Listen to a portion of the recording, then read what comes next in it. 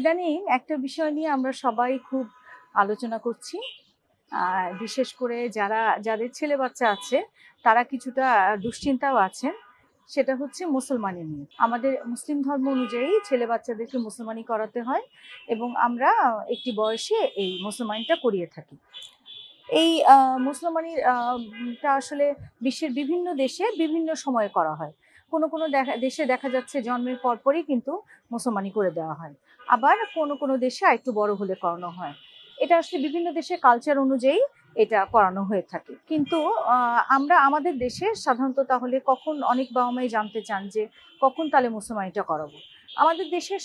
আমাদের দেশের আর পার্সপেক্টিভ অনুযায়ী সাধারণত স্কুল শুরু করার আগে ৪-৫ বছরের মধ্যে মুসলমানিটা করিয়ে দিলে ভালো হয়।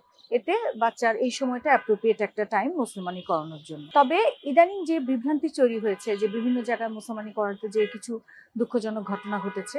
আসলে মুসলমানিটা যতই মানে বিভিন্ন কারণে দুর্ঘটনা কিন্তু বিভিন্ন কারণেই ঘটতে পারে। কিন্তু অবশ্যই আমাদের কিন্তু এটা খেয়াল রাখতে হবে। এটাকে অবশ্যই আমাদের একটা বৈজ্ঞানিক পদ্ধতিতে করাতে হবে।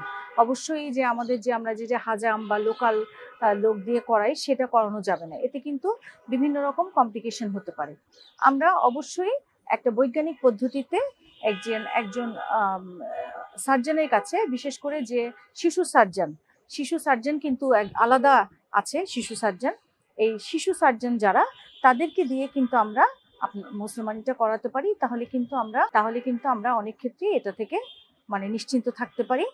সেজন্য আমি বলবো যে আমার পরামর্শ হবে যে হাজাম বা লোকাল ডক্টর দিয়ে না করিয়ে আপনি একজন শিশু সার্জারি বিশেষজ্ঞের সাথে যোগাযোগ করুন এবং তার পরামর্শ অনুযায়ী আপনার বাচ্চার কন্ডিশন অনুযায়ী, বয়স অনুযায়ী, তার পরামর্শ অনুযায়ী আপনি এই সিদ্ধান্ত নিন যে মুসলমানিটা কখন করাবেন, কোথায় করাবেন এবং কি পদ্ধতিতে করাবেন।